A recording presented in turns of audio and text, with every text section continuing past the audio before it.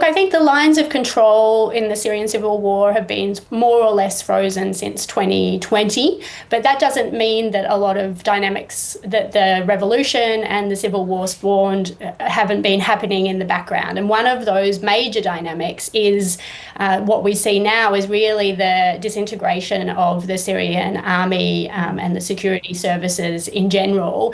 That comes about very much from the dynamics of the civil war in terms of things like corruption, in terms of really low morale with the troops. It comes about because a lot of the soldiers in the army haven't been paid for a very long time and the command structures just aren't there anymore. So we see basically in this really speedy takeover by these rebel groups, Hayat Tahrir al-Sham and the Syrian Democratic Forces in the northeast, which are sort of a Kurdish coalition, we see all those dynamics that sort of began in 2011 and have been going on for the last 13 years really playing out.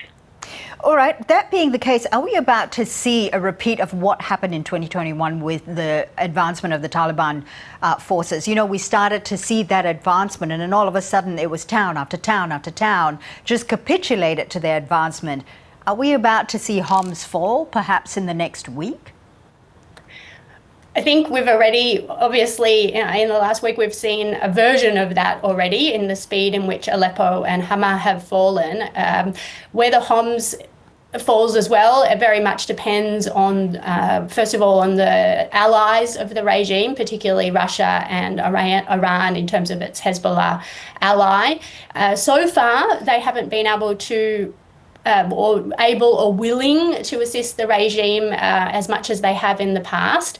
Obviously, that has to do with both geopolitical dynamics. As you mentioned, like Russia is very busy in Ukraine. The war that Hezbollah has been waging against Israel obviously plays into that dynamics as well. So that support that the regime could once count on from those allies just seems not to be there anymore. So whether Homs will fall in the next few days, I would say, remains to be seen, but it's certainly more likely than I would have thought it would be a week or 10 days ago, for sure. All right, let's turn our attention to these two rebel groups that are making these advancements now. You've got the HTS, their roots are in Al-Qaeda, of course, and then they broke away. And then you have the SDF, they're a US-backed Kurdish group of fighters there.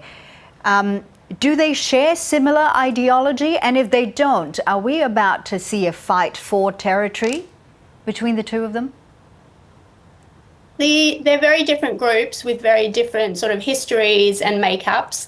I think it will be interesting to see how these groups come together sort of in the coming days, weeks and months. I mean, particularly, different dynamics going on there, but particularly if HTS and its allies can control and hold the area that they have now taken. That's a lot of a much bigger area than what they have been controlling for the last few years, which has mainly been situated in Idlib Governorate, which is in the northwest of the country.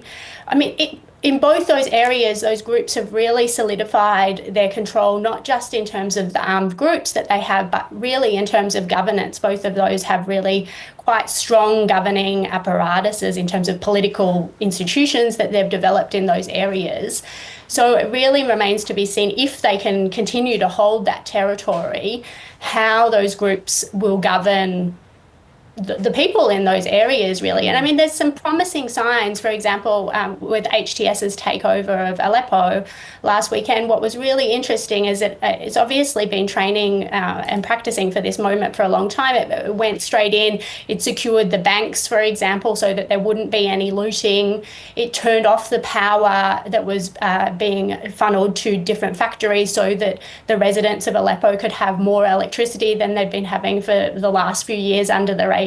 So just things like that in terms of building support, building morale, building a good image with the local populace. I think that those kind of things are not everything, but they're really important.